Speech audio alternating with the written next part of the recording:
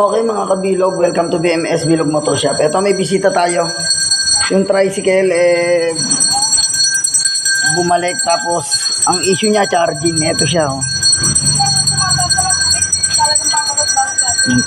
Itong tricycle na to.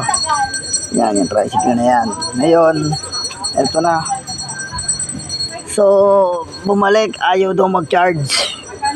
Charging lang issue nito. Ngayon, ayan, pinabaklas ko na sa sa mekaniko ko kay Parindeyo, pinabaklas ko na.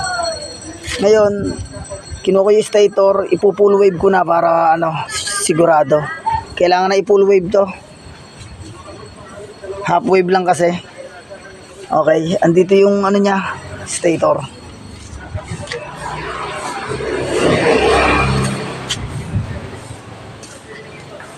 Ito yung stator niya. Ayan. Ito yung stator niya, mga kabilog. Ayan. Half wave lang siya oh.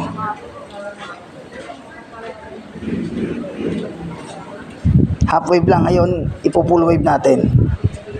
Okay. Konting paliwanag lang. Ito ang pagpo-full wave, ganito po. Papaliwanag ko lang, ikakat nyo po yung dalawang magnetic wire. Tapos pagkakat, kailangan po magkadikit pa rin sila. Hinangan nyo pa rin po, kailangan magkaruktong pa rin sila. Tapos, itong ground, kakat nyo po yung magnetic wire dito. Pagkakat nyo po ng magnetic wire dito, ito pong magnetic wire na to, duduktungan nyo ng kaprasong wire. Tapos, iduduktong nyo siya dito sa pinagtanggalan ng dalawang magnetic wire. Doon sa pinagduktong nyo rin. Dito nyo rin isasama sa pinagtanggalan ng magnetic wire. Yun lang po, full wave na po siya. Tapos, okay. Update ko na lang kayo mamaya, pakita ko sa inyo ang charging niya kung paano. Hindi ko na ipapakita kung paano ko baklasin o ipagduktong-duktong kasi walang magbibideo tsaka mabusisi. Kaya i-update ko na lang kayo mamaya, okay?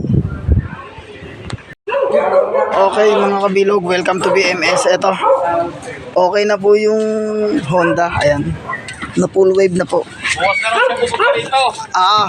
Ayan, kukunin na po ng may-ari. Ayan, kinukuha na ng may-ari. Goods na yung charging na, okay na. Salamat sa tiwala.